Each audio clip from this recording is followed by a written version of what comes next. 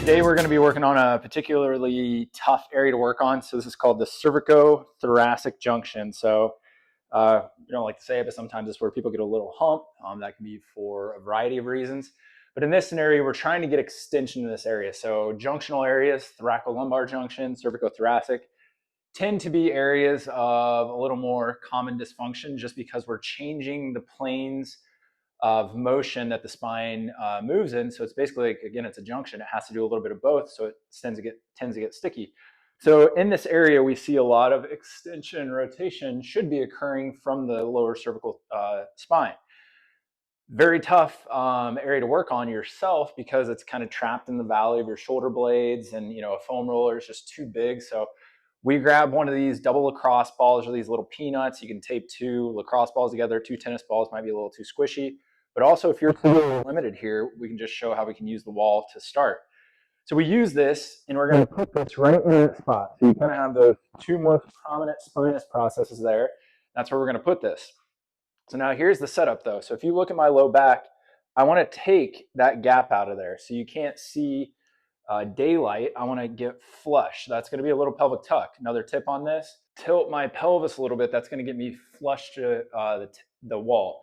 Not because I'm worried about anterior pelvic tilt or some demonizing movement, dragging like that. It's just taking my lumbar spine and my mid-thoracic spine out of play. Now, if I get flush to the wall, I'm having to upright through my mid-thoracic spine. Now, the last key is if I can keep my chin tucked or neutral and drive my head back, that's going to be the first remnant of extension we see in this area of the spine. So here's the starter version of this.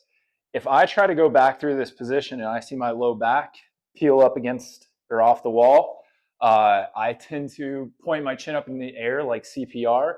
Then I'm probably stiff in this area. I could also be stiff in my mid-thoracic spine. So go look up videos that we've done on thoracic foam rolling and a variety of thoracic mobility drills working on rotation extension. But let's say I can get my head back here and I'm doing okay. Well, we have another video called thoracic wall uprighting where we work on the arms overhead. We could simply say, well, hey, let's just sit here and maybe mash two drills together. So cervical retractions, this thoracic wall uprighting. Let's take this peanut, put it on that most prominent spinous process, keeping the low back flush, sitting in our wall sit, and now try to actively drive back to the wall. What most people will feel is one of two things: actual occlusion around the front of their neck, almost like it's hard to breathe. The thought there is we're preferentially moving ourselves into these positions, not necessarily because of tech's neck and like technology kind of set up at a desk, but because of airway difficulties in breathing. And we actually preferentially get here and then tend to take this out of play and move it excessively at the suboccipital spine,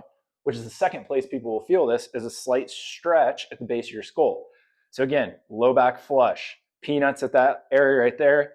I can go actively without using my hands and try to drive straight back. And I actually feel a stretch at the lower part of my upper trapezius. And one more time with overpressure.